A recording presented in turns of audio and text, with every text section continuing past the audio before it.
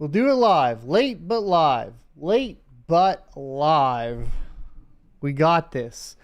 What's up, sons? It's Blind Ride with Son of a Tech once again, and today we have yet another episode of the Crypto Mining Morning Show, albeit a couple hours late because I was getting the kids prepared for the day. Of course, we have Christmas break holiday going on, so it's a little hectic. I'm going to try to make sure that we get our schedule locked in, of course, after the new year, once we are back in school. I'll probably also be making updates for how we're going to handle the schedule in the future for things like spring break, summer, and so on. Today, we're going to be talking about Nvidia spending big money on acquiring 5nm wafers from TSMC. We're also going to be talking about a newly minted Bitcoin miner that is apparently, I guess, you know, super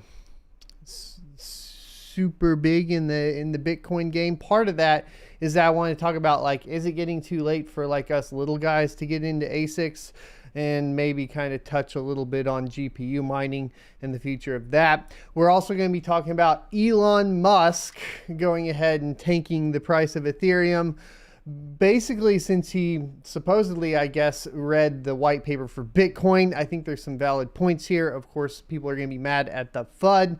I do have some rebuttals as well, though, because I do think that there is a point to Ethereum, and we'll get into that, as well as the crypto mining market being down. We're going to be talking about, you know, profitability right now, that sort of thing. And basically, if you need to sell your GPUs to me, so, you know, you can always email me or at me on Twitter. But before we get into it today, let's go ahead and pop into the sponsor. It's going to be Gamer Sups. If you guys are looking for energy supplement drinks to replace those sugary monsters, definitely check them out. Let's go ahead and roll the ad. Today's video is brought to you in partnership with Gamer Sups. Gamer Sups provides a healthy alternative to sugary energy drinks with delicious flavors like Misfits Melon or my favorite Blue Raz. I use the Gamer Sups as an alternative to support my active lifestyle outside of content creation. Caffeine-free options are great for late-night gaming after the kids have gone to bed.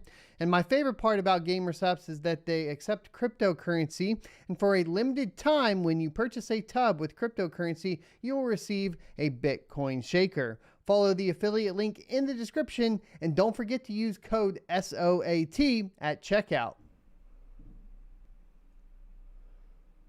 Awesome. So definitely check out the link down in the description below if you're interested. It helps the channel out and I get a kickback. So far, I think we've been on there for 2 months. We make about $150 a month with the 20% that we get from y'all's purchases for complete transparency.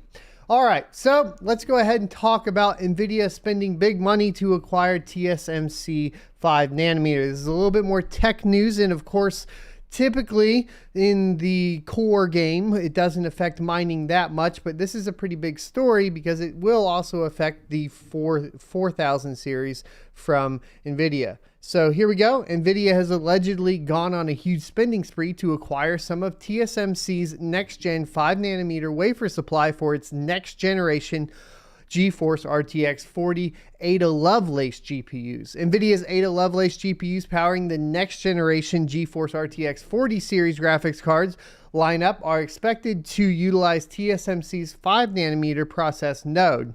Both AMD and Nvidia are expected to utilize the node for its next generation lineup, but it looks like Nvidia is very serious in making sure they get enough wafer supply for its lineup, and as such, they have paid the Taiwanese semiconductor manufacturer several billions of dollars as an advance payment for 5nm wafers. My Drivers reported that Nvidia has prepaid TSMC around $1.64 billion US in Q3 of 2021 and will pay $1.79 billion in US in Q1 2022. The total long-term multi-billion-dollar deal is set to cost Nvidia an insane $6.9 billion US dollars, which is much higher than what they paid last year. Nvidia will not just use this money to procure wafer supply from TSMC, but also from Samsung. But it looks like that the majority of the amount will be spent on TSMC's 5nm technology. Based upon previous rumors, there have been whispers that Nvidia would utilize the 5nm process node for its Ada Lovelace GPUs. This includes the AD102 SKU 2, which will be entirely monolithic design. Talking about the specific GPU configurations, the flagship AD102 GPU is said to feature a clock speed as high as 2.5 gigahertz.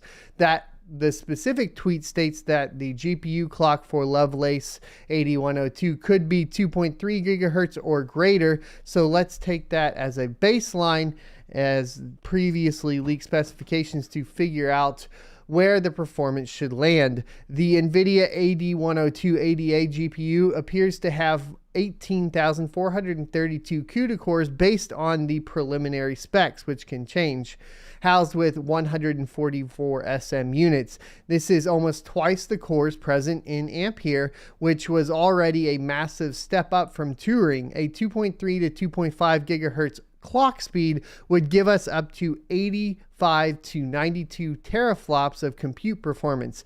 This is more than twice the FP32 performance of the existing RTX 3090, which packs 36 teraflops of FP32 compute power. The 150% performance jump looks huge, but one should remember that Nvidia already gave a big jump in the FP32 numbers this generation with Ampere. The Ampere GA102 GPU offers 36 teraflops, while the Turing 102, which was the RTX 2080 Ti, offered 13 teraflops. That's over a 150% increase in FP32 flops, but the real-world gaming performance increase for the RTX 3090 averaged at around 50 to 60% faster over the 2080 Ti. So one thing we should not forget about is that the flops don't equal GPU gaming performance these days. It also, just for the miners here, doesn't translate necessarily over into mining performance. It will really heavily depend on what they do with the memory, which, here we go. Aside from that, leaks have also stated that the GeForce RTX 40 flagship would retain a 384-bit bus similar to the 3090. What's interesting is, though, that the leaker mentions G6X or GDDR6X, which means that Nvidia won't be moving to a new memory standard until after Ada Lovelace and utilize the higher pin speeds of the GDDR6X of 21 gigabits per second for its next generation cards before we see the newer standard GDDR7. The card will feature 24 gigabytes of memory, so we can either expect single-sided 16 gigabytes of DRAM or dual-sided 8 gigabytes of DRAM modules. Probably see dual-sided. So that's one thing. If you guys aren't aware, essentially what they went with was putting memory modules on the back of a lot of the newer GPU lines, the RTX 3080 and the 3090, for example, which has caused a lot of heating issues. Admittedly, or unadmittedly, they aren't really admitting at this point that there are temperature issues. Kind of the argument from the third-party manufacturers and Nvidia themselves is that 110C is within spec. While that is true, the thermal throttling starts at 110C. So because the memory modules on the back of the GPU are typically hitting 110C, you are losing memory performance, which is where you can see most often in mining applications specifically, as you know, those memory modules on the back heat up and cause the hash rate to drop on your video cards. This is also affecting, of course, gaming performance, just not enough to be as noticeable in the mainstream, unfortunately, because I think that's something that needs to be called out on both third-party manufacturers and Nvidia themselves, as it feels like they're just kind of ignoring that issue. So hopefully they would swap to front-sided. If they're trying to hit the full 21 gigabits per second on these GPUs, they are either going to have to come up with a cooling solution for the backside memory that allows them to hit that speed, or they are going to have to put all the memory modules on the front side. And that's going to be important because that will also directly impact mining performance. If they clock that GDDR6X up to that 21 gigabits per second, like they are claiming to be doing with the 3090 Ti here shortly, then they're going to have to make sure that cooling is in place to support those speeds. It was downclocked to the 19 gigabits per second on pretty much the entire line due to, or the top end of the line, excuse me, due to basically the heating issues, but they don't seem to acknowledge that. Hopefully they'll hit that 21 gigabits per second, but what we could see, which would be really interesting, is AMD utilizing the new standard and hitting that 24 gigabits per second on the latest, rendition of the GDDR6.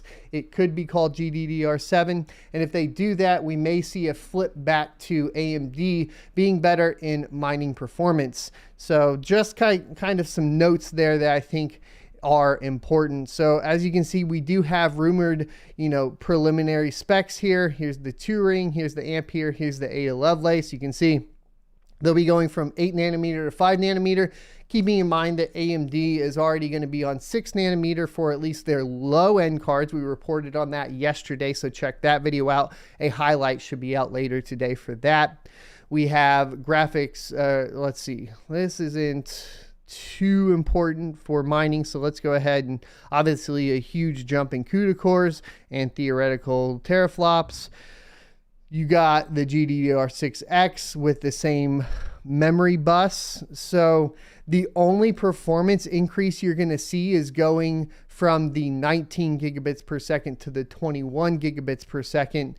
It's not going to be a huge leap in gaming performance, mining performance, if this is true, unless they either increase the bus size, increase the amount of memory total, or basically you're only going to get that essentially kind of 10% increase in hash rate really for the 40 series. If this is all true, to me, that means we're only going to see somewhere around 130 to 132 mega hash a second on say an RTX 4090. The Nvidia Ada Lovelace GPUs will power the next generation GeForce RTX 40 graphics cards that will go head on with AMD's RDNA 3 based RX 7000 series graphics card. There's still some speculation regarding the use of MCM by Nvidia. The Hopper GPU, which is primarily aimed at the data center and AI segment, is allegedly taping out soon and will feature an MCM architecture. Nvidia won't be using an MCM design on its Ada Lovelace GPU, so they will keep the traditional monolithic design. So obviously a new manufacturing process is going to speed up the performance. It's going to look better in gaming. They have really high TGPs. And their memory performance isn't scaling up with the amount of increase in power, right? So they're saying at the base, at least expect 450 watt TGP, and it could go all the way up to 650 watts. As you know, the RTX 3090 is hitting around that 300 watt mining basically while it's mining. So you would be looking at, almost a 25% increase in power due to, the upgrades here. However, you would only be looking at a 10% increase in memory performance. This is all, of course, theoretical, rumor, and so on. So we'll have to wait until we get more information to really start making valid predictions. But this is kind of what I'm seeing here as far as the direction. Once again, like I said, if AMD does move into the latest generation of memory, as far as for the GDDR side, because we do have that HBM to talk about, but unfortunately we're only seeing that really in data center cards from Nvidia at this point. If they did, we could see a flip in the consumer market for GPUs and mining performance back to AMD taking the favor there. And we've already seen, down on the lower end, that AMD is kind of taking the favor away with the cards like the RX 6600 and 6600 XT.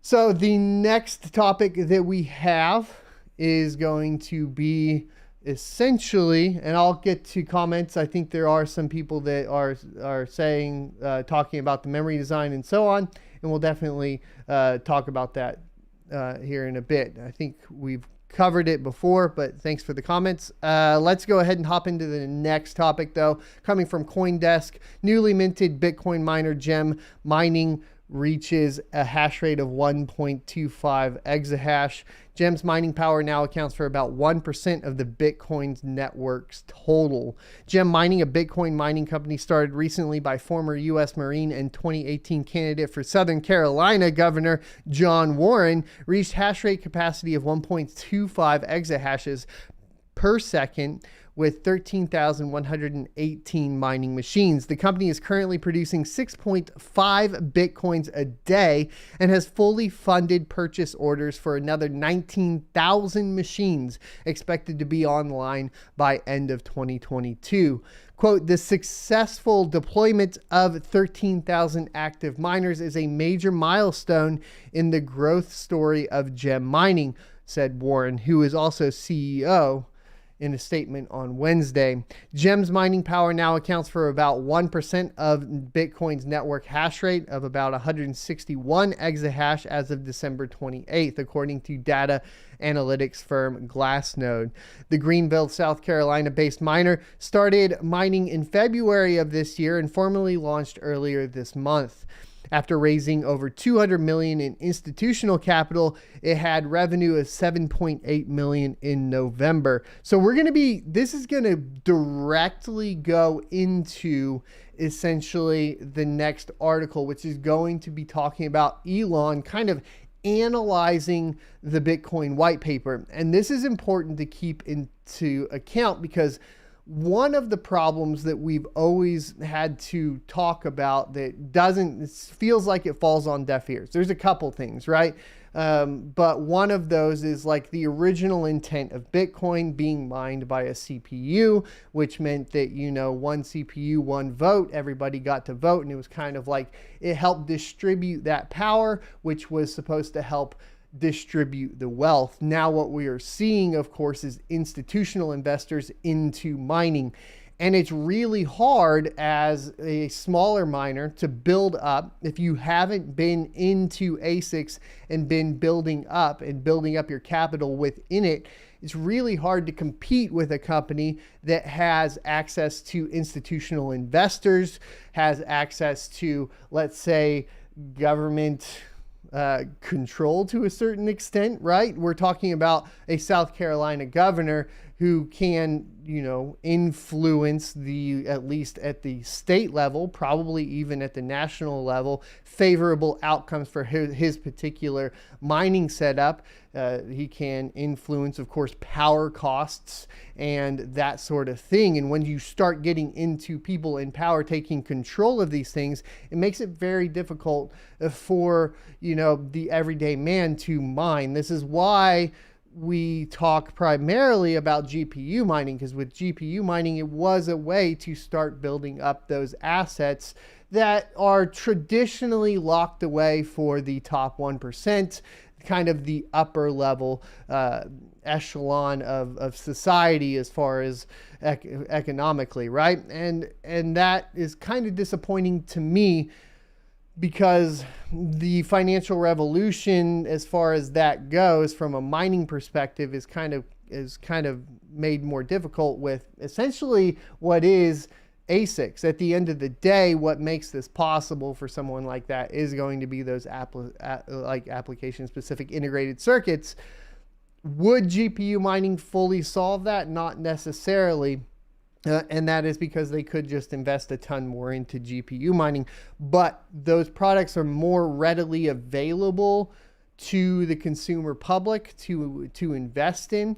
Not only that, but also they usually come in at a cheaper price point. Whereas if we're talking about trying to purchase a single S19 or something like that, you're talking about 10 to 11 grand for the latest ones, sometimes 12. And they're able to purchase them in bulk, which means their price comes down. So from a competitive advantage, obviously that is going to be more influential. That's kind of leading me into this. We're going to talk about this. It's not typically something that I cover, but I wanted to because it really opens up that conversation about what cryptocurrency was supposed to do, what it's turning into, and kind of get some comparing and contrasting going on with this. So here you go. This is in Forbes. Elon Musk reveals Bitcoin creator Satoshi Nakamoto theory, admits he doesn't get Ethereum, and issues Dogecoin Mars prediction amid crypto price crash. So this is fun. Elon Musk, the Tesla billionaire who has both boosted and crashed the Bitcoin price this year, has become one of the most influential people in crypto. The Bitcoin price has fallen sharply this week, wiping over 100 billion in value from the combined crypto market. The Ethereum price has also crashed back, with some of Ethereum's biggest rivals leading the market lower and the meme-based Dogecoin losing almost 10%. Now Musk has weighed in on the mystery of Bitcoin's creator Satoshi Nakamoto, arguing the Bitcoin inventor's true identity isn't as important as the evolution of ideas that led to it, and naming crypto pioneer Nick Szabo, I don't know how to pronounce that, excuse me, as driving that evolution. Now, hopefully, I want to see what he gets into, but quote, you can look at the evolution of ideas before the launch of Bitcoin and see who wrote, about those ideas, Musk told podcaster and artificial intelligence researcher Lex Friedman, who had asked if it's a feature or a bug that Satoshi Nakamoto's identity is unknown. It's an interesting kind of quirk of human history that there is a particular technology that is has a completely anonymous inventor, end quote. Quote, obviously, I don't know who created Bitcoin. It seems as though Nick is probably more than anyone else responsible for the evolution of those ideas, end quote, said Musk, adding he claims not to be Nakamoto, but he seems to be the one that is more responsible for the ideas behind it than anyone else.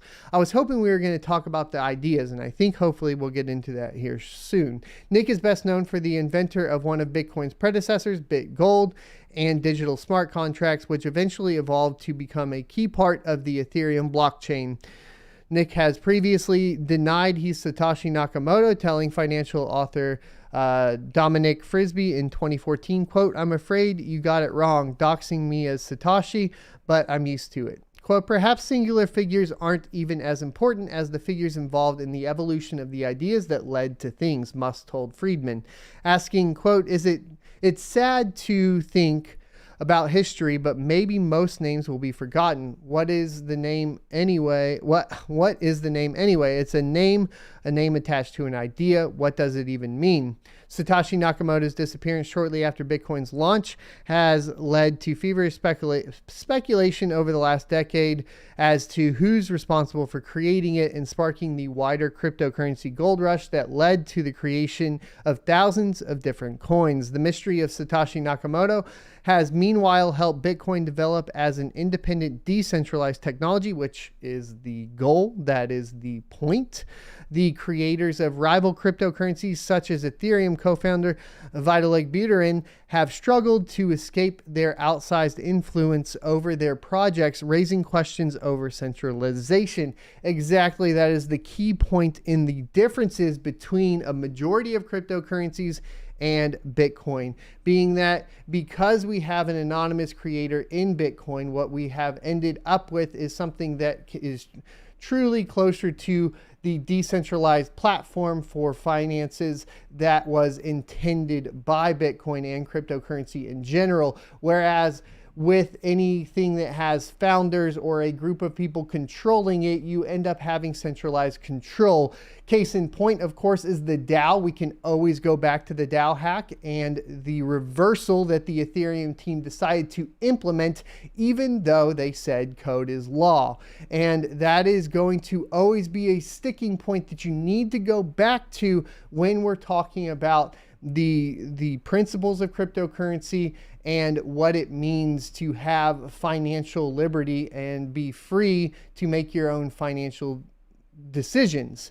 And with something that is like Ethereum, yes, it was a hack. It hurt a lot of people, and reversing it, ethically could have been correct, it basically compromises the entire chain at that point, because it is clear that there is a ruling entity that can manipulate the transactions, which is completely against the initial white paper for Bitcoin. It's against the Cypherpunk manifesto, and it completely invalidates essentially its claim to decentralization.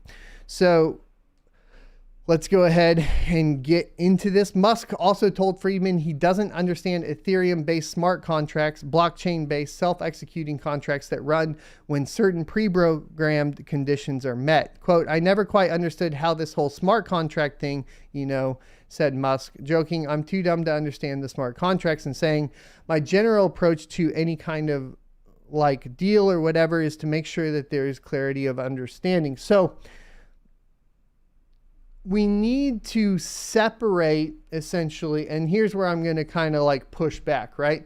We need to separate what is a currency and trying to obtain financial liberty for the public, and what is a technology that is utilized to maybe participate within that ecosystem and to do things outside of just trade for goods and services. This is where Ethereum comes in. Now, there are some crossovers and we could get into all that, but the entire point of Ethereum, in my humble opinion, is more of a technological company that is there to essentially enable people to participate within blockchain, to be able to utilize them within applications and programs, create those smart contracts to essentially say, if you do this, I will do this. That allows and builds up on top of things for, of course, the metaverses that are launching, have launched, and going to be launching. It's going to enable, of course,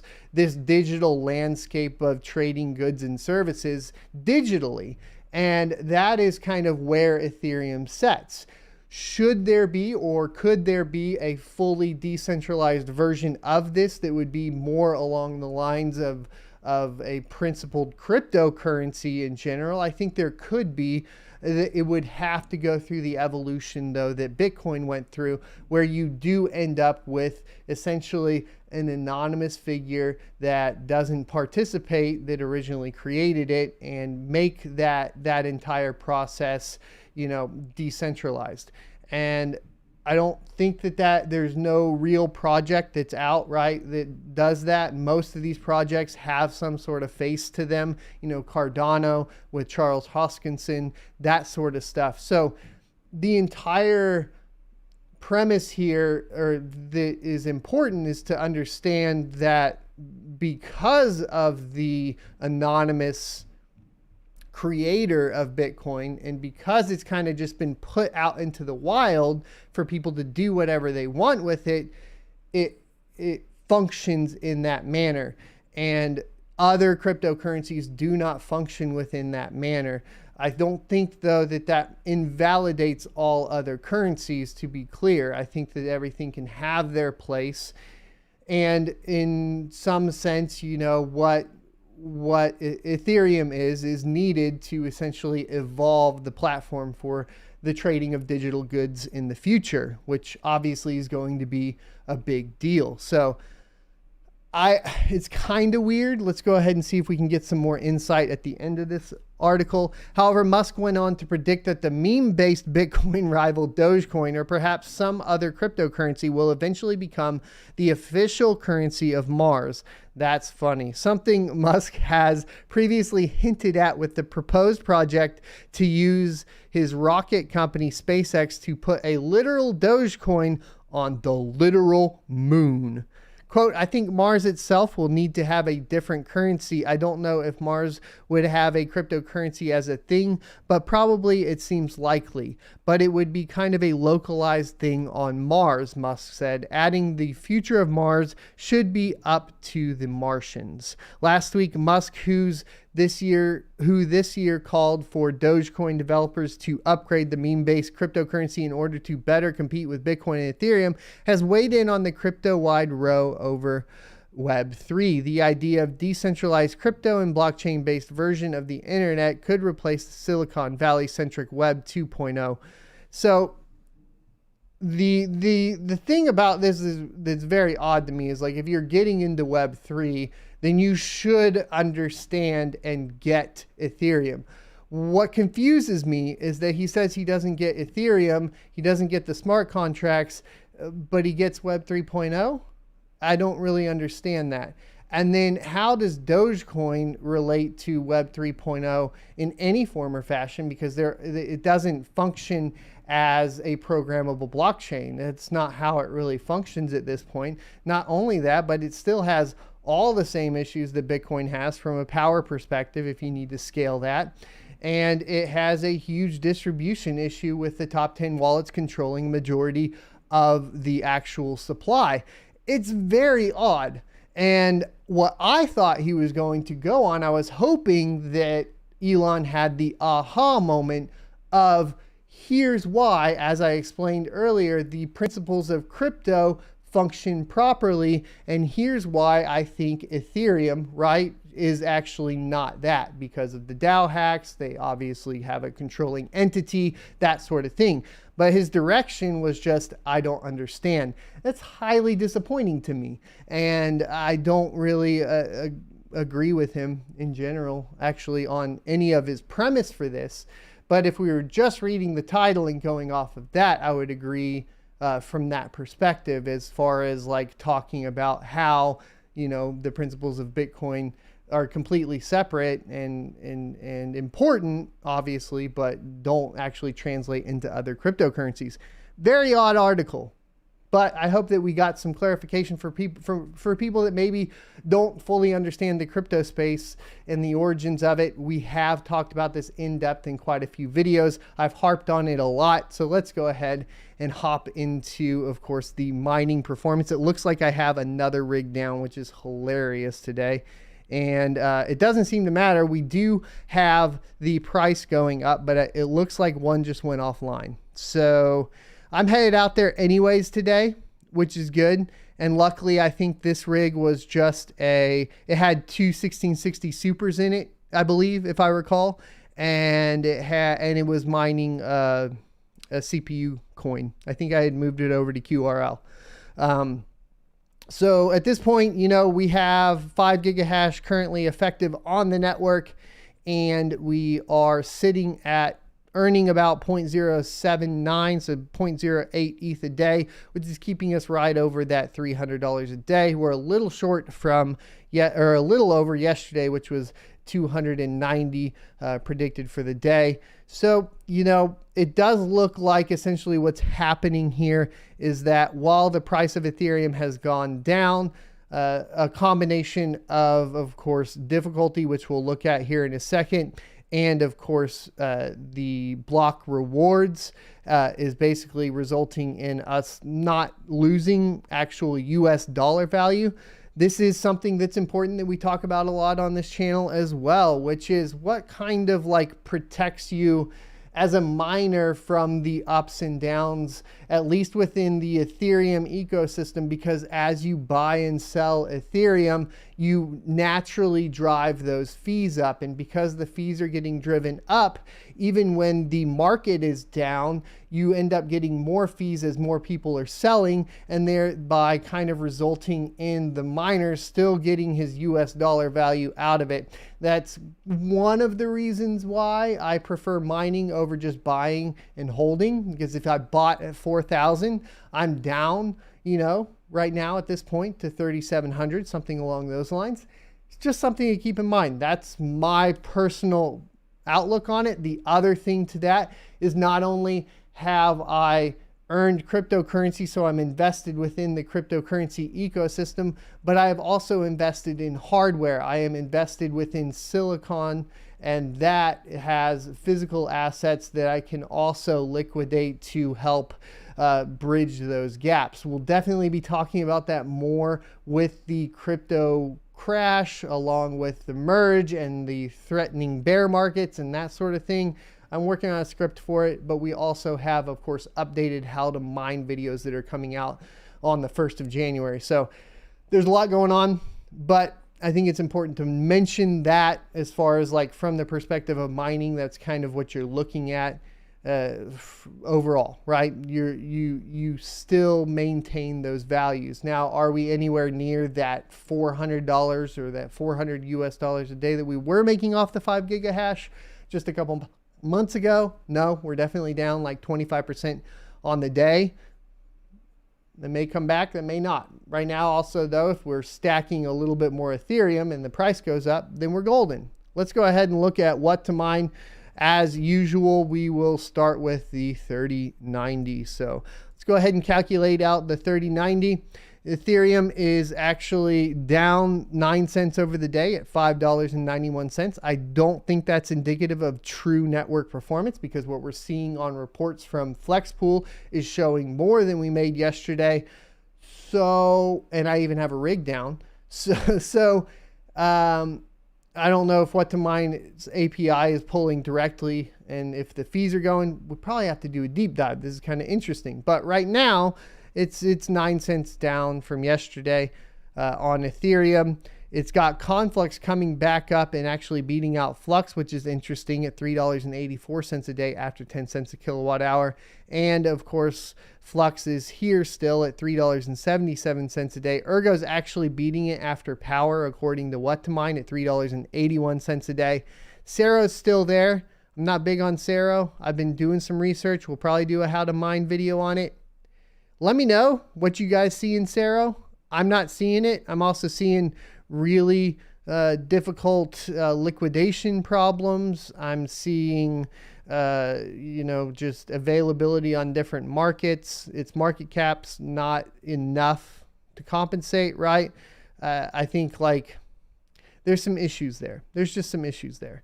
I think as a whole, in my humble opinion. But let's go ahead and take a look at the 2080 Ti, where we've seen Flux outperform Ethereum a majority of the time recently. It looks like it is today at $3.19 a day after Power, and then Ethereum coming in second with $2.80 a day after Power, and Sarah at $2.43 a day after Power. Conflux is in here at $2.31 a day after Power, and then we kind of go down from there. Of course, we do have Ravencoin down here, which is nice as well to always see, but it doesn't perform that well after Power. So let's go ahead and look at the new AMD GPUs, calculate this out. And really we gotta update this, but I'm actually working on this. So I do have more numbers. I have Zelhash numbers. We'll be talking about this actually in a video today.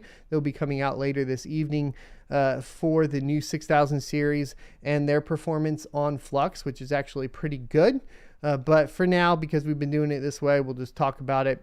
Ethereum's at $3.38 a day on the 6800 XT after Power, and 10 cents a kilowatt hour.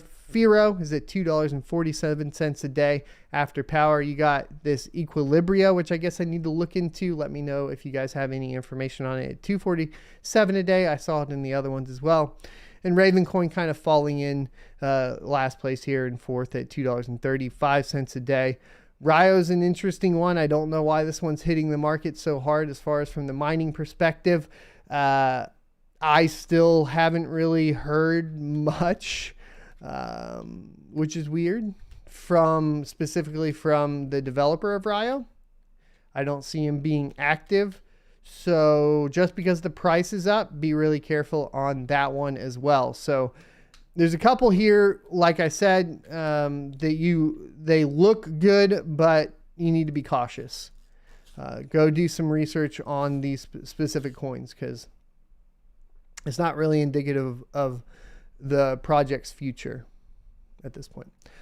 All right, so let's go ahead and see if there's been any increases or decreases in network difficulty. It looks like Bitcoin is remaining the same.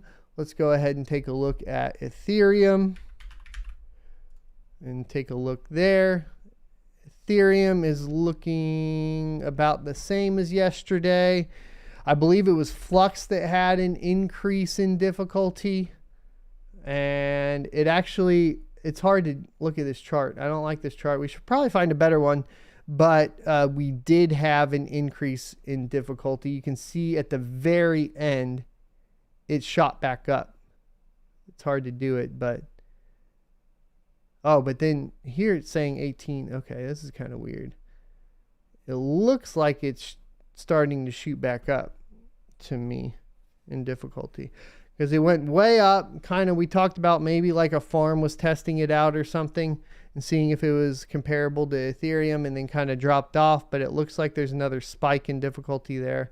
It's hard to tell. I think we'd have to actually go to the Block Explorer and do a deeper dive on that. Firo, nothing new there really. Ravencoin, not really anything new. A slight increase. Ergo, we're seeing just, it's still just trending down on difficulty. People are moving off of Ergo, so that's one to keep in mind. And then Conflux, which we saw is looking kind of profitable today, has kind of been on that decline as well. So that's pretty much going to wrap that portion up. Let's look at mining pool profits on Ethereum for the past 90 days. Crazy Pool in first, with Mining Pool Hub in second, Ethermine in third. Last 60 days, we have Mining Pool Hub in first, with ZET in second and Flex Pool in third. Last 30 days, we have Mining Pool Hub in first, with Crazy Pool in second and Flex Pool in third. Last 21 days, we have Mining Pool in first, with Flex Pool in second and Ethermine in third. Last 14 days, we have Flex Pool in first, with Mining Pool Hub in second and Ethermine in third. The last 7 days, we have Crazy Pool in first, with Mining Pool Hub in second and Ethermine in third. Last 3 days, we have Crazy Pool in first, with Flex Pool in second and Mining Pool Hub in third. And the last day, we have Crazy Pool in first, with ZET in second and Mining Pool Hub in third. Now, as always, the disclaimer there is pool hopping will overall just decrease your profits. So, and you need to make sure that the best pool for you is determined not only by utilizing this chart to get a better idea, but also testing your latency to any given pool. There are plenty of tools. We've talked about it. Definitely go look for how to reduce stale shares video on my channel if you're interested in how to do that. Let's go ahead and take a look at the ASIC profitability. And here we go. So we have Gold Shell KD5 in first, kind of as usual. It's been there. It's been working on that. It's been stuck there for a while. We have the Inosilicon A11, which doesn't look like they've actually updated the true hash rate. I believe that hash rate is actually a little bit lower than what they're showing there. I thought that the Inosilicon A11 dropped down to like 20 or 1500 mega hash, I thought. Is that not true? Okay, 2000 mega hash. It dropped down, let's see. They're saying it's 21 mega hash, 2100 mega hash a second. I guess close enough. I knew that it dropped a little bit. Okay.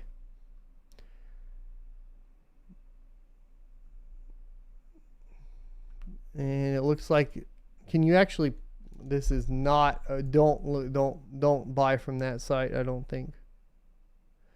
Man, it's so sketchy searching for these things. You gotta be careful, boys.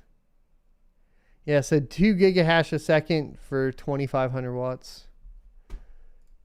Keeping in mind that there's not a lot of ET hash coins that are super profitable other than Ethereum.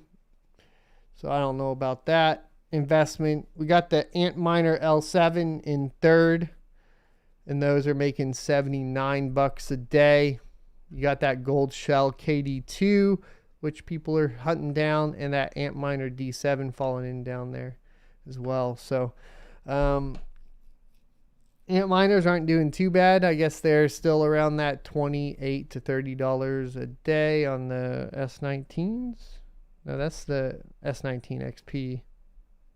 What is that? Oh, Digibyte. Okay. All right. So let's see if there's any deals here. Gold Shell KD box. What's an LT5 or an X5 or an Antminer D7? Let's look at this. So wasn't it the D7's 28 bucks a day, about. It'd be 20 grand for a KD box. Let's go ahead and look. That looks like it would be the best deal, right? So it says $46 on AntPool Dash, which is crazy high. But let's go ahead and rock it with that. So if we did calculator, and then we did the, let's see, 46, let's just say 47 to make it easy, plus the gold shell doing about $70 a day.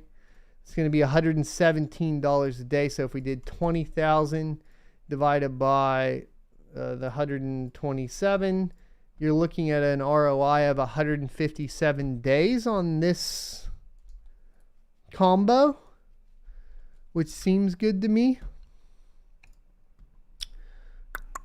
They got the L7s here. These are super expensive. It's with the HS5. I'd probably do this one. That's going to be $36.99.99. L7, 81 bucks a day. This doesn't seem as good. So, that's quite high. Then you got the Canaan. Yeah, all right. So I think that would be the best bet here. So weird that those gold shell KD boxes are like so expensive. It's insane. It's insane, boys. All right. So, let's go ahead and get into questions and answers for the day. We got about 15 minutes here. It's my sit down time.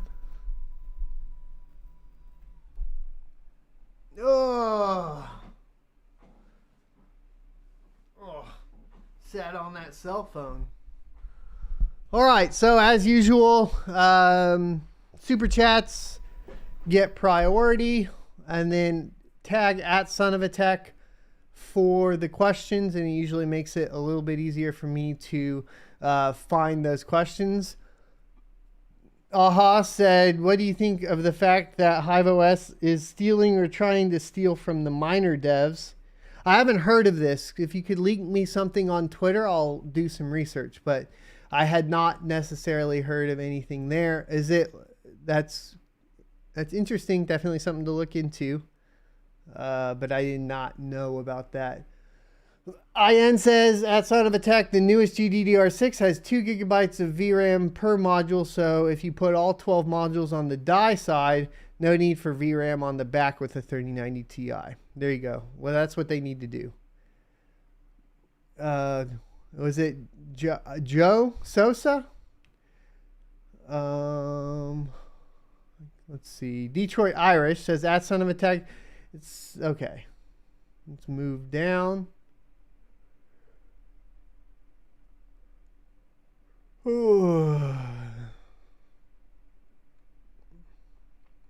Anonymous Miner, welcome to the stream. Good luck at work today.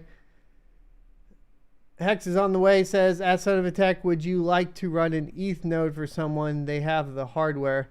You mean like if you did like basically create a pool for someone?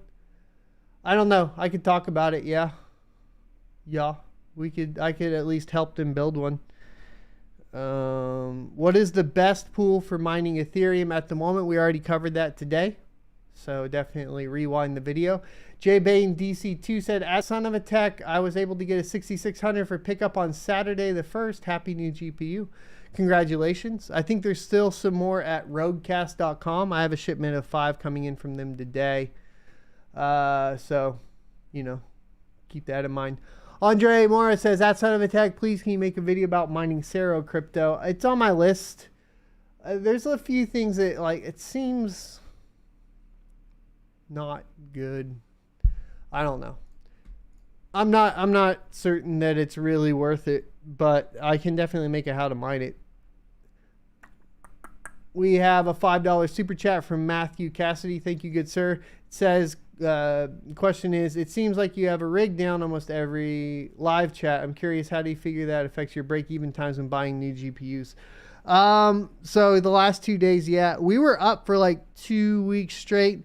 I have essentially any of the rigs. Okay, So here's what's going on. The rigs that are going down, first of all, they don't have much Ethereum hash rate, right? Like they have essentially like 60 mega hash a piece.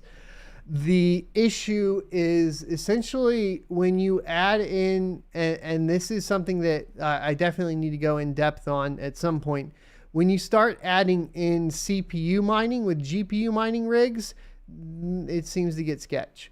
So what I will be doing essentially is pulling all the GPUs off the CPU mining rigs and running those CPU mining rigs headless for the foreseeable future, because it just doesn't, it's just not good. It just doesn't work well, unfortunately. You get load average issues. Mostly it's load average issues. And I was experimenting with it. We never did a video on it, obviously, because the reliability of it is pretty bad. So that's it. Let's go back up. Space Cadet says, Son of a Tech, what do you think about the KD6 coming out at the end of April? Is it worth $37,000 from Gold Shell? I haven't looked at it. Is it on the Gold Shell website? Let's go ahead and look. I don't see it there. Is it like on their home page or something, or upcoming miners or something?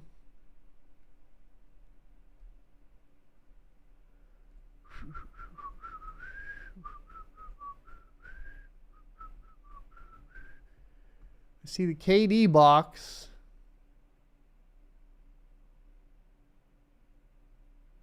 KD6. All right, so let's go ahead and take a look at the KD6. Gold Shell KD6. Coming soon.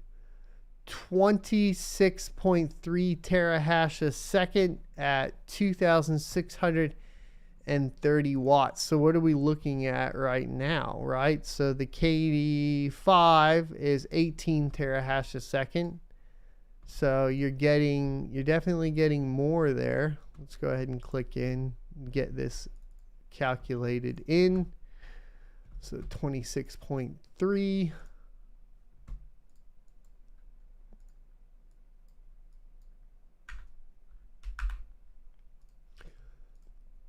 At 2630. Calculate. Right now, that would do $317 a day. So if you were looking at 38,000, is that correct? Divided by the 317, your ROI would be 120 days. That's a pretty incredible ROI. I mean, if you extrapolate that out, right? 317, 64 times 365. Actually, it would be, well, 365. $115,000 a year off of one miner. And then it only uses 2,000 watts. You subtract that, $37,999. The first year you're making $77,000 if all the prices stayed the same. So yeah, I mean, if I had 30 grand laying around, I'd buy one. I'd pre-order one right now. I mean, yeah. But you never know what's going to happen in the market, right? It's a risk. It's a risk. Wazwinkle says, at Son of a Tech, I tried signing up for an account at Roadcast yesterday and it failed numerous times. Is this a known issue? I'd really like to get a couple of these GPUs. I can message the guy that runs it and see what's going on. I've already had an account, so maybe me just talking about it and linking it on Twitter, maybe they didn't have the proper capabilities for. Maybe there's too many account creations. Maybe they need to up their VPS or something. Resources. I don't know.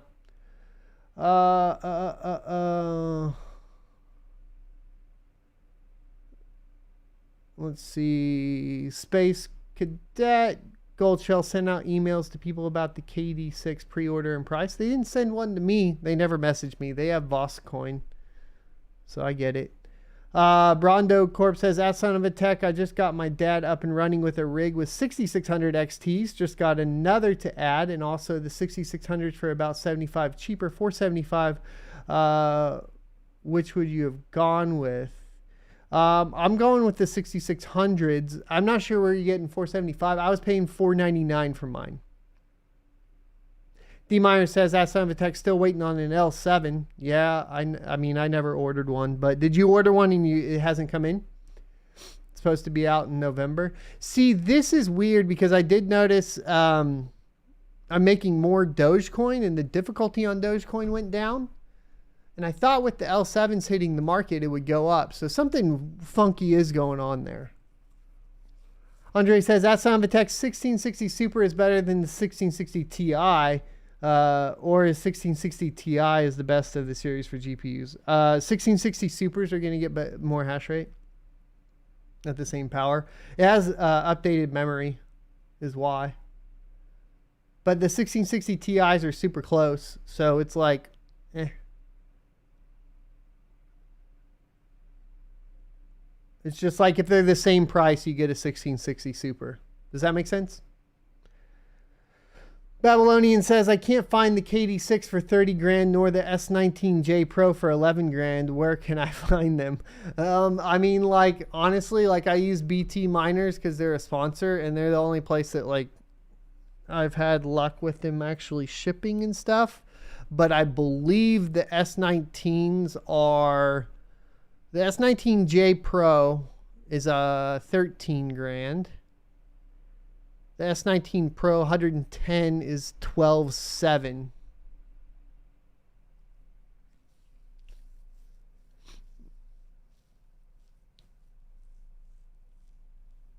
S19J Pro, which is the 100 terahash a second, is 11,800. So that's pretty much in your market. That's pretty much in your price, you know, 800 over.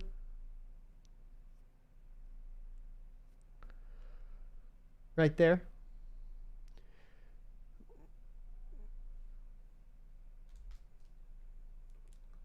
And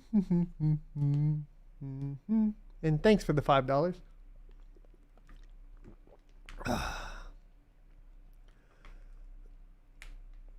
Aha! So I already answered that earlier. I don't know if you were here. I haven't heard of this at all.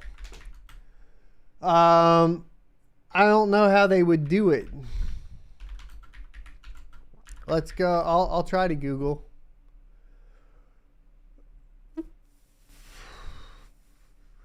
Oh, this is just for Raptorium.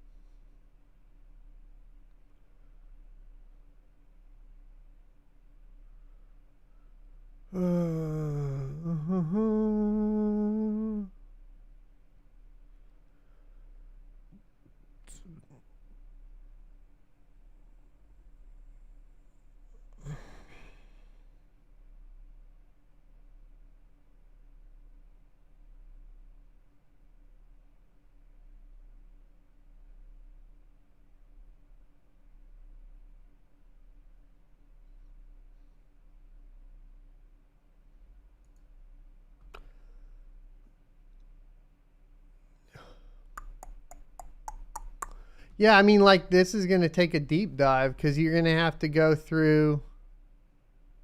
I mean, anybody can fork an open source miner.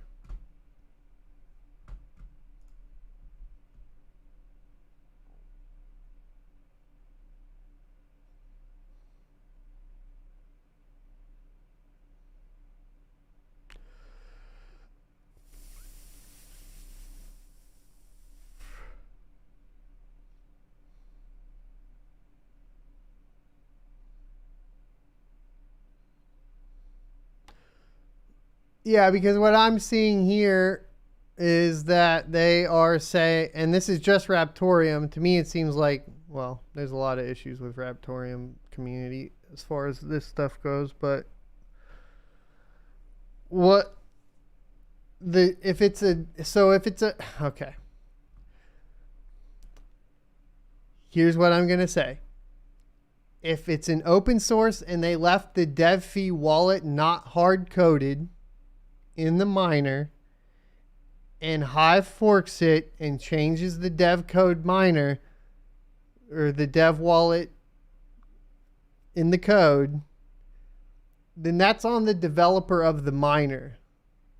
So, and I'm pretty sure that Raptorium actually has it hard coded if I'm reading this right. But to be clear, once again, it's kind of like if you're going to release an open source piece of software and one of the variables that you allow people to change is going to be the dev fee wallet, then you shouldn't be surprised when somebody changes the dev fee wallet. Is that fair enough?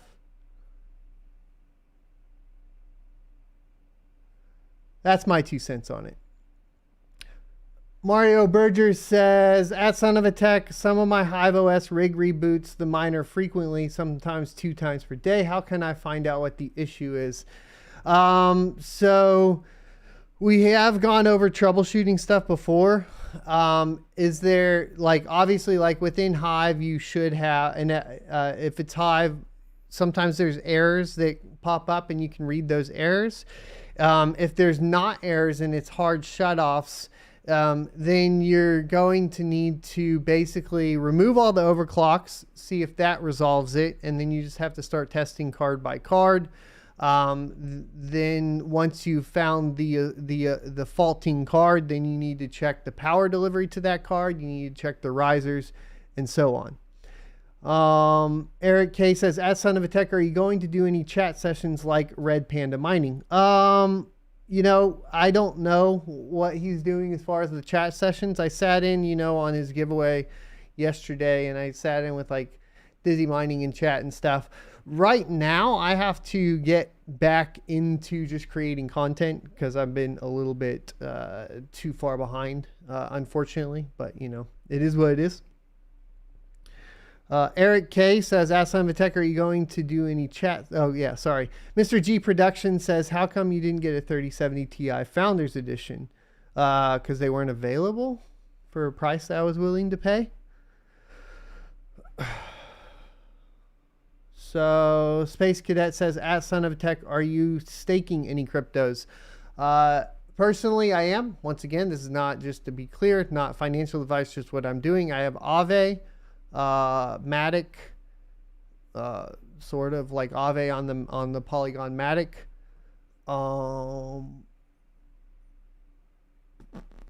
Let's see. I have some master nodes, but they're not any good. I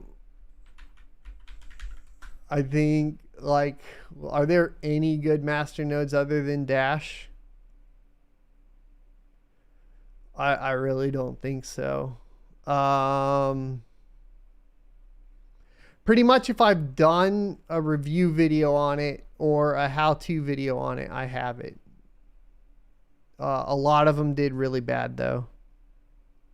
So right now, Aave is pretty much the only one that is like sort of staked or whatever. And then I have some liquidity and such. Jesse says, what are your thoughts on crypto gaming, specifically Axie Infinity? Thoughts on Shiba Inu coin, the next meme Ponzi coin, or will it prove to be the Doge killer? Okay.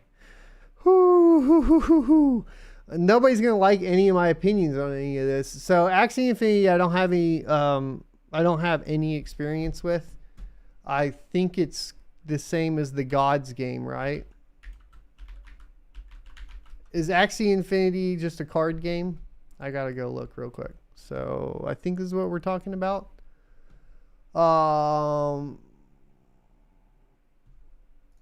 Let's see. Battle. Okay. No. This isn't a card game. I guess it's a card game. So you collect cards. In this, so in that specific scenario, when we're talking about tradable card games, it makes a lot of sense to me. I think it's Gods Unchained, Axie Infinity, things along the lines of Magic the Gathering, Hearthstone, etc. NFTs make sense to me. I think we're good there. Where they don't make sense to me is in traditional gaming yet. We've talked about why I think that. I think that like game developers have a super huge issue with in-game economies in most titles, you know, anything from like an RPG or MMOs and that sort of thing. So I think that that's going to be kind of a hurdle to get clocked in right. I think in the case though of like tradable card games, it just fits in easy. It makes sense, you know.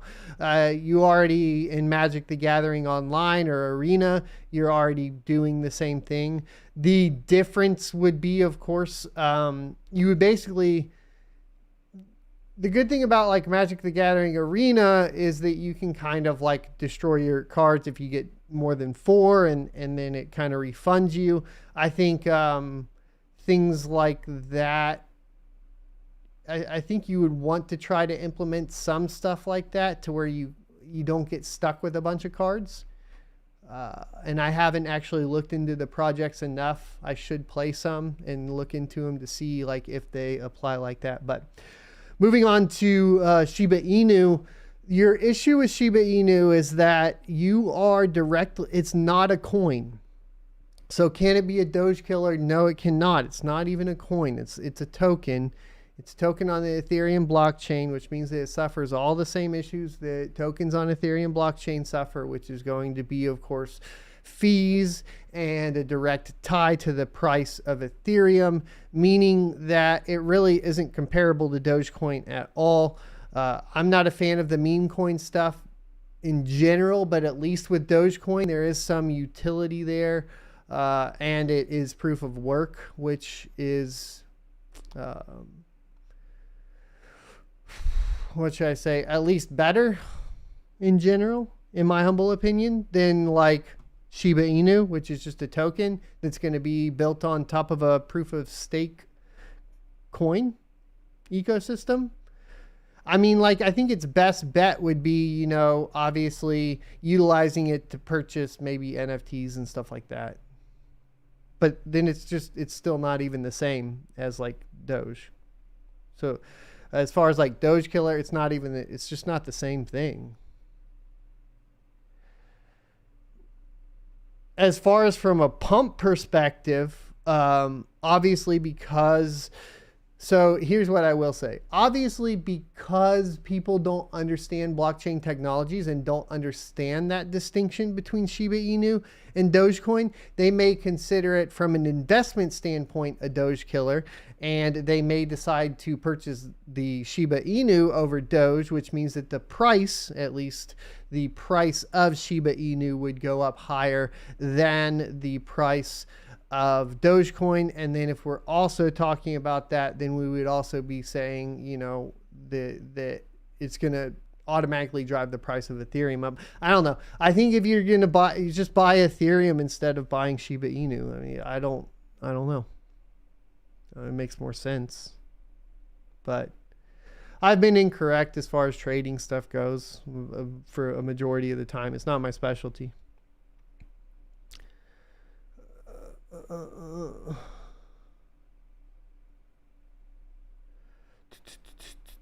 Tome said you had the issue with miner rebooting on GPU and CPU mining as well. You put threads X where X is number of threads on your CPU. Yeah, I guess you could do that. I've tried underclocking and doing that. It's not, I don't know. It's not working. Could be the motherboard.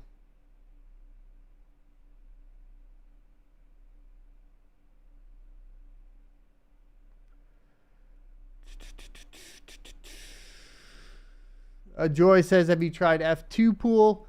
At some point, but not recently. Quinn Bali says, that son of a tech, what do you think about the future of GPU mining? So many new popular coins are proof of stake. And that's a fair question. We've talked about it a lot in the past. And I'm probably going to be a boomer as far as like cryptocurrency goes. I think that proof of work is more valid than proof of stake, especially when we're talking about trying to, be decentralized. Obviously, I'm heavily invested in GPU mining, so it's not good for me as far as that trend goes. That being said, it's hard because if I'm looking at it completely objectively, a lot of what I see is, it's going to move to proof of stake. The thing that doesn't move to proof of stake is Bitcoin. So at the very least, I would have to move into ASIC mining, which is definitely a consideration I am making, at least leveraging some of the farm over into specifically Bitcoin mining for a long-term play. The issues there, of course, is going to be hardware, getting a hold of hardware. When new hardware comes out, my old hardware being worth nothing, it's kind of hard. As opposed to like GPU mining, you do have that kind of, you do have that asset that basically is worth something. If it doesn't mine anymore, you have more coins available. Is there something that can like save GPU mining, like one single coin? Not really. I think it will be like a combination of coins. But do I see one GPU project that is going to support all of the GPUs coming off of Ethereum? I don't know. I don't think so. If I'm being honest, I don't think so. So I don't know. Commonplay says that son of a tech is running a 3090 with junction temperature of 98C with a power level of 82%. Fans running at 92%, giving a hash of 117 good. Or should I reduce the power level to reduce it? No, you're fine there. Like junction temp, well, it's a little hard, but the memory temp is the important part, which wants to be under 110C. Your junction temp, as long as the junction temp is below 110C, I don't think you need to make any modifications necessarily. At least I wouldn't. 117 megahash a second is good. SES says, ask son of a tech, thoughts on Matic when ETH 2.0 comes into play. So if we're going to be talking about, the layer 2 solutions and then ETH 2.0 coming into play, your consideration is going to be the ecosystem, right? So does Matic go away? No, because people are going to be invested into that ecosystem. So does it reduce? So just because its claim to fame is reducing the fees doesn't mean that's the only thing, the only purpose of Polygon Matic, right? So it's kind of like this. When Cardano comes into play, does Ethereum go away? No, because everybody's so heavily invested into the Ethereum ecosystem that it's hard to get people to move over to a new ecosystem. So if everybody is heavily invested into the Polygon Matic ecosystem already, it's going to be hard to get people to migrate back. Is there a better chance of Ethereum 2.0 doing that and pulling people back into layer 1? Sure. Or kind of layer 1. I guess it's a little different with sharding or whatever, but you get the point, right? Pulling them back fully into the Ethereum and stop using Polygon. Sure, there's that possibility, but also how many partnerships does Polygon have now at this point? Let's go look. I don't even know if I can find it all. It's a lot. Like Uniswap just picked them up, right? So you got QuickSwap, Uniswap, SushiSwap, Bancor, DFNY here.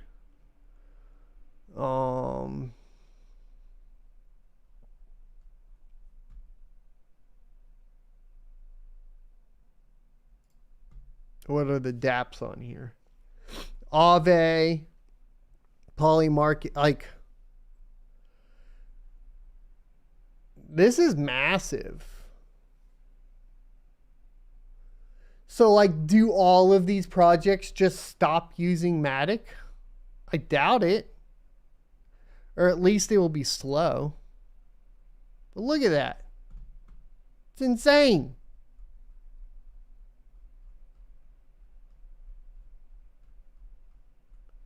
so much development on it.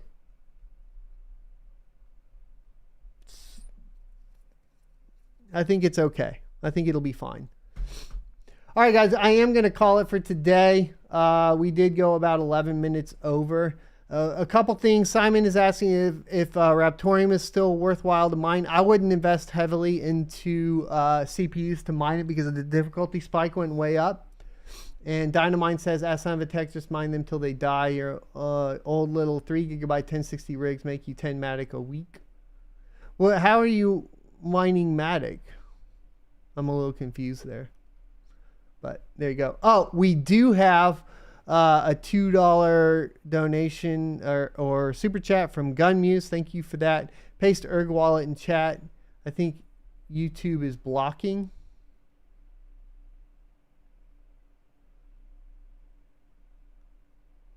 What do you mean, Gunmuse? I'm a little confused. Like my Ergo address isn't showing up down there?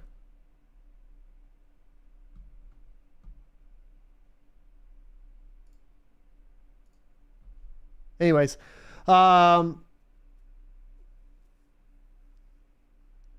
Ethereum Classic on unminable. Yeah, okay, that makes sense. That's what I thought. Okay. I was looking at Flux for mine, but I haven't done it yet. We're going to be running out today. We should have our review up at 2 p.m., I'm hoping, for the RX 6600. It's uploaded. I'm waiting on the thumbnail. And then we're going to have some clips launched tonight and some more clips tomorrow. We're back in it. Thanks, everybody, for the support. I got a long ways to go to catch back up to the Red Panda mining crew.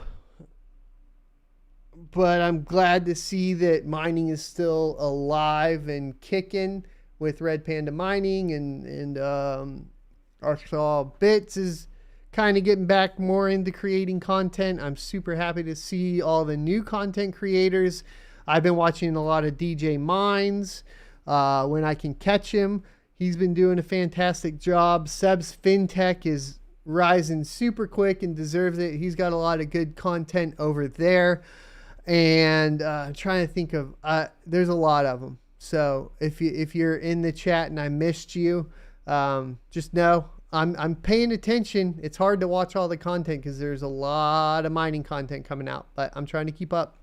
It's really cool to see, more than the same for cryptocurrency mining content creators that have been around since I started back in 2016. So I'm super excited to see that. RTX 2060 12 gigabyte any mining review. I don't have one yet. Did they launch? They did, didn't they? I'll be honest, I spent all my money on 6600 yesterday. Jeez Louise, they did launch, but there's no way I can afford one.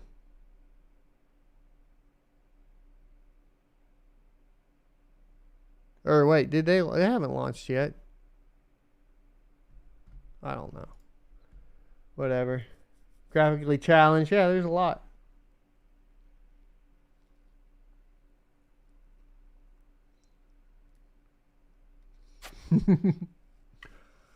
Oh.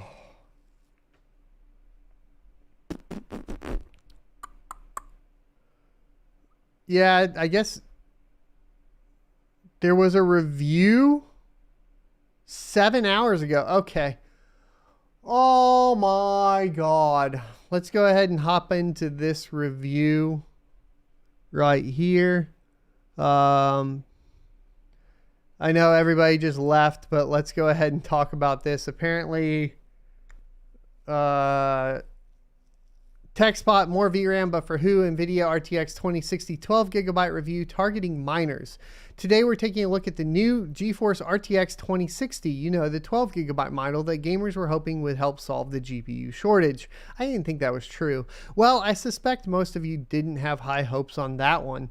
And those that did have probably already lost hope. That's because after the official announcement 3 weeks ago, there's basically no stock to be had, and the very few you can find at retail are grossly overpriced even when compared to the 6 gigabyte models. As of writing, it is possible to purchase a 6 gigabyte RTX 3060 from retailers like Newegg for $620, which is 80% premium over the $350 they sold for back in 2019. We could find a single 12 gigabyte model on offer for $830. That's a 34% premium over existing 6 gigabyte cards, and it is a similar story in other markets where we checked. Yeah, and that's what I see. I can't look. Here's the deal. I could purchase the RX 6600s in, like, I got 5 of them for $499 a pop. It makes more sense than paying $830 for a 12 gigabyte 2060 to me, but let's go ahead and keep going. However, we're mistaken thinking that they cared about gamers, the customers that got them where they are today. Okay, we get it. You're attacking miners, TechSpot.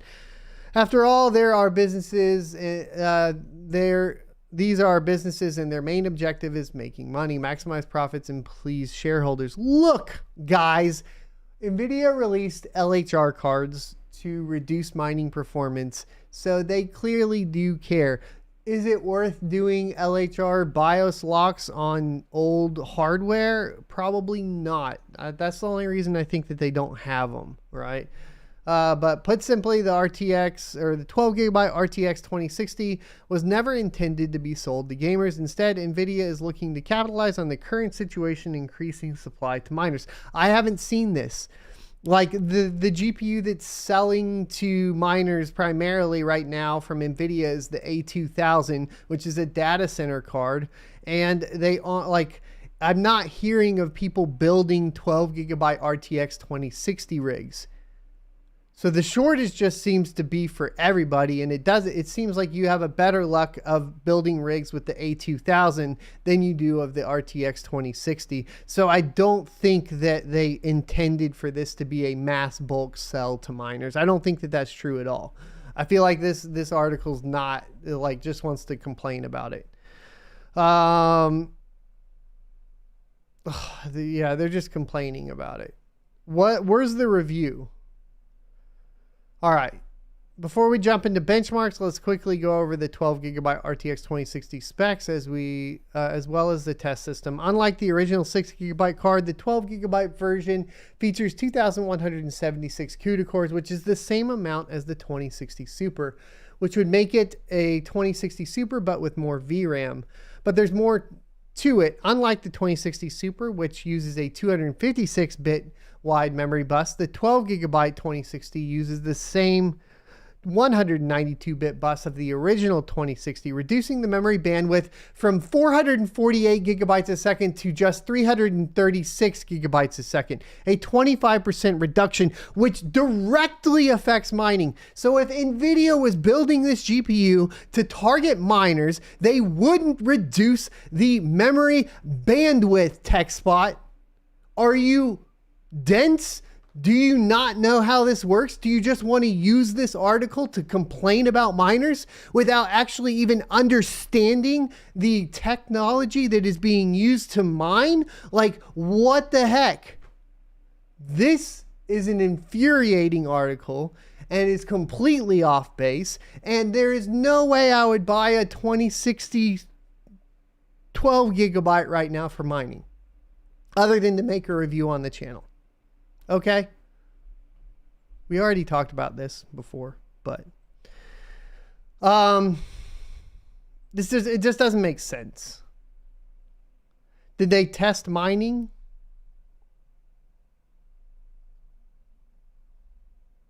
Stupid. It's not even better in gaming. It's a pointless card. It's a B stock they're just trying to get rid of. cards. I'm done. That was ridiculous. That article is ridiculous. Don't believe it, guys. Miners are not going out and buying RTX 2060 12 gigabyte variants over RTX 2060 Supers. They aren't. I don't see that happening. It doesn't make any sense. All right. Thanks for watching, guys. Be sure to hit the like, comment, subscribe down below. And I will see you next Tuesday.